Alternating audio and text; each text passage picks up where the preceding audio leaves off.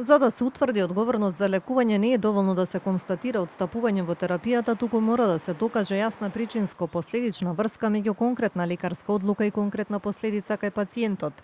Истакна вештакот Владимир Даниловски, кој на предлог на одбраната сведочеше денеска во Основниот кривичен суд Скопје на продолжението на судењето за случајот онкологија при Несемија. Предмет на ова вештачење не беше избор на најдобра можна онколошка терапија, туку судско-медицинска постапка на последиците од применето лекување.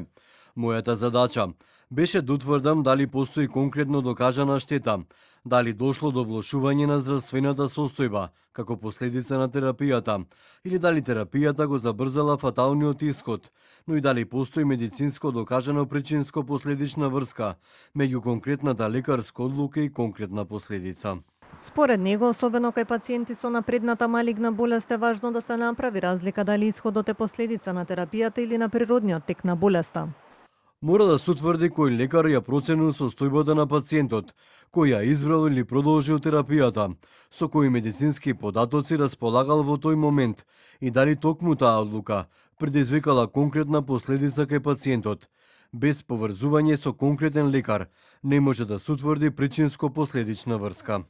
Во случајот се обвинети поранешниот директор на клиниката за онкологија Нино Васев и онколозите Симонида Црвенкова и Драган Јакимовски за несовесно лекување пациенти. Постапката првично беше поведена и против онкологот Меди Пешевска, која призна вина и беше осудена на условна казна затвор од 2 години.